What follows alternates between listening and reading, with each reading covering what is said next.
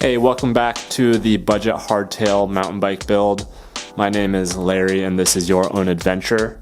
And right down below here I have the budget hardtail mountain bike frame, as you can see. And today we're actually going to talk about the decals or decals or stickers, whatever you want to call them, and how I actually printed them out and put them onto this bike to give it a little bit more bling. Now, usually whenever you spray paint a bike, unless you are old shovel, you don't really make them look beautiful and professional. And I'm trying to do the best I can here with what I can. I didn't really put all my effort into this frame, mainly because I didn't want to put too much time and effort into it. So I just printed out the stickers and placed them over the paint, whereas some people, again, if you watch mountain bike videos, you might know who Old Shovel is. He restores old mountain bikes and regular bikes. Does a really great job on them. But if you were to put this decal down before spraying your bike frame, you could actually spray a base color down, put this over it, and then have a background that it just looks a little bit more professional. But if you're new to this sort of thing, then just printing them out and spraying clear over it is also good. But if you want to learn more about how I did this, then just keep on watching.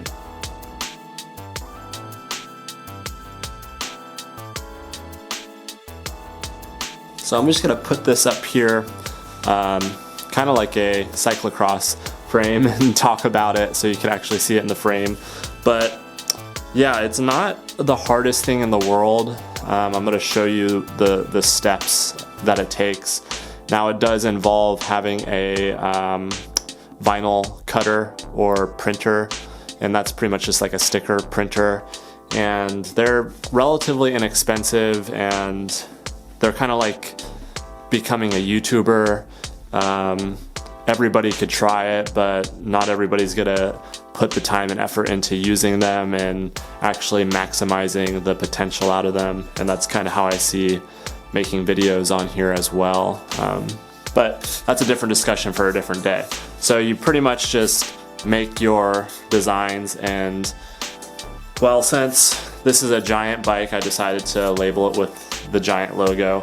And with certain printing softwares, you can design more in depth, or you could just use a font. And I just found a font that looked similar to the Giant font. And some of the stickers I would probably change now that I'm seeing them on the frame. And adding more design to it would probably be a good thing as well, just because most bikes have ugly design on them, and seeing them minimal like this is not really normal. But yeah, some of the fonts just don't look great on it, and I'll even agree to that. But you know, for what I'm going to do with it, which is pretty much reselling it or having it as a backup bike, it's nice to have a little bit of flash on there. And I decided to use like a sparkly silver to show it off a bit. But I think it came out good, and the steps to do it are pretty straightforward. I'll talk about them a little bit with you, and you can get a good idea of what exactly went into printing them out and getting them ready for the bike. So from the very start, we used again a vinyl printer or a vinyl cutter, and you have to have a software, which the cutter that I'm using is a Silhouette by Cameo. It's a Silhouette 4, and it comes with a design software. But you could really find many different design softwares that allow you to print into these things. But since the Cameo has like its parent program, then it kind of works the best with that. And it's pretty easy. It's like Photoshop, but a little bit more dumbed down. And for this sort of thing, I just found a font that I liked and looked similar to the Giant logo. And then I found some other accent fonts to put the actual model of the bike and some smaller Giant details on it. But you pretty much find the font, and then on your design software, you place them onto the virtual vinyl sheet, and then it it cuts it out. It's pretty straightforward. The hardest part is actually prepping the stickers and getting them ready for applying them, because that's really the most tedious part of this. And if you don't know what you're doing, then you can ruin stickers. And I tore a part of the sticker, and I had to kind of replace and reposition the sticker to make it work. But at the end of the day, you really don't notice that sort of thing. And if you were doing the stickers as a base layer to paint over, then it really wouldn't matter if you tore the stickers up or anything. But there's a lot of prep work, and that's pretty much the biggest hurdle to get over with vinyl printing or vinyl cutting in general, is just the prepping, and it's called weeding, using a little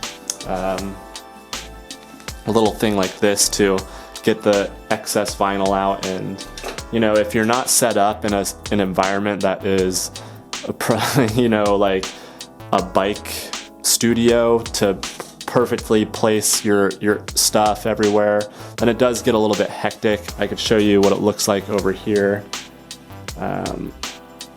There's like a bunch of stuff, you might not be able to see it, a lot of bikes, and this is just a small little studio that I have set up. It works, but it does get overwhelming if I don't have everything organized, which is hard for me to do. But that's pretty much it. You put it into the software, you print it out, and then you prep it and you put it on the frame. There's not much else to it, and usually breaking things down in the most simple manner is how it works. That's what I find.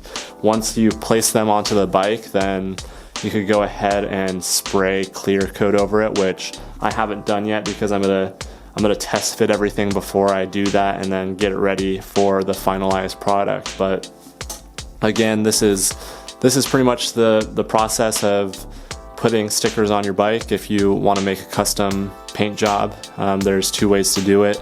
Put the stickers right on there and spray over it, or do a base layer with the stickers and then spray over the stickers to peel off the color underneath, which would be your logo color. So that's pretty much it. Again, I hope that this project series is helping people out there to understand exactly how much time and what goes into restoring a bike like this. It's one thing to show an entire video in 10 minutes of a restore of a bike, and some people do it really quickly because they don't have much going on, but for me, it's better for me to just do something over a long period of time, like 10 weeks, and do it right, because then that way I'll actually do it and I'm not pressured into like putting things together all wonky.